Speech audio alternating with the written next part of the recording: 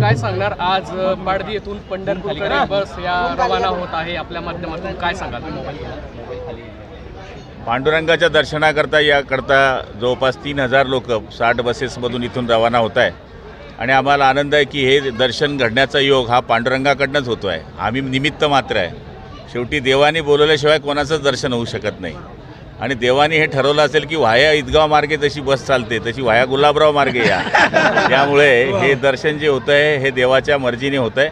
आम्ही निमित्त मात्र आहे आणि आज आपण बघतोय की कीर्तनकार असतील, भजन कीर्तनकार असतील, सगळे सेवेकरी आज या लोकांना बरोबर घेऊन जात आहेत आणि या गोष्टीचा आनंद आहे की हा सर्वसाधारणांचा देव आहे, गरिबांचा देव आहे, शेतकऱ्यांचा देव आहे. या देवाचं दर्शन घेण्याकरता हे मंडळी इथून रवाना होते आहे आणि देवाला हीच प्रार्थना आहे की यावर्षी पावसाचं जोर कमी आहे तो वाढावा हीच आमची देवाला प्रार्थना आहे.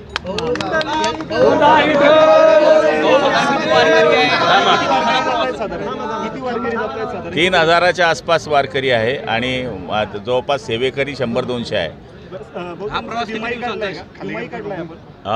विमाही आहे कारण की प्रत्येकाचा विमा आम्ही काढलेला आहे आणि मला तरी असं वाटतं की आम्ही ॲम्ब्युलन्स पण बरोबर ठेवली आहे, डॉक्टर्स बरोबर ठेवले आहे, गोळ्या औषधी बरोबर ठेवल्या आहे. त्यामुळे जे सेवेकरता लागतं आता इथून सिल्लोडला मंत्री अब्दुल सत्तारांकडे त्यांचा स्टॉप आहे पहिला. असे स्टॉप पण आम्ही ठरवलेले आहे की जिथे जिथे आम्हाला चहा द्यायची आहे, पाणी द्यायचं आहे, नाश्ता द्यायचा आहे, अशा पद्धतीची सेवा आम्ही केलेली आहे. भाऊ हा प्रवास किती दिवसांचा आहे?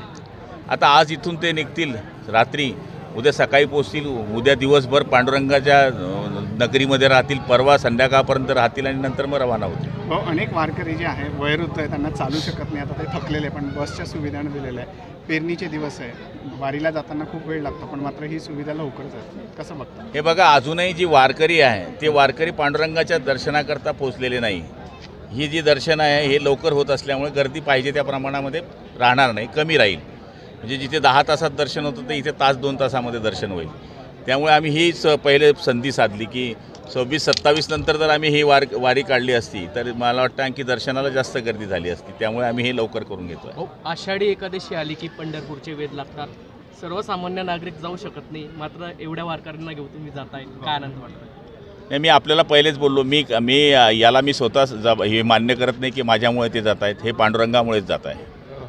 वारकऱ्यांमध्ये पांडुरंग दिसतो असं वारकरी म्हणतात. मी बघा, मी ज्यावेळेस पहिल्या वेळेस मंत्री झालो त्यावेळेस मला आठवतं की मी योगायोगाने दर्शन घ्यायला पंढरपूरला होतो आणि हेच दिवस होते. तेव्हा एक म्हातारी चालत होती, ती माझ्यावर 2 पोलीस होते. तर ती म्हातारी बोलली, सरका मंत्री आले. मी काही तेव्हा मंत्री नव्हतो आणि बाहेर आल्यानंतर फोन आला की उद्या तू मंत्री होतोय. हे स्वतः मी अनुभवलेलं आहे.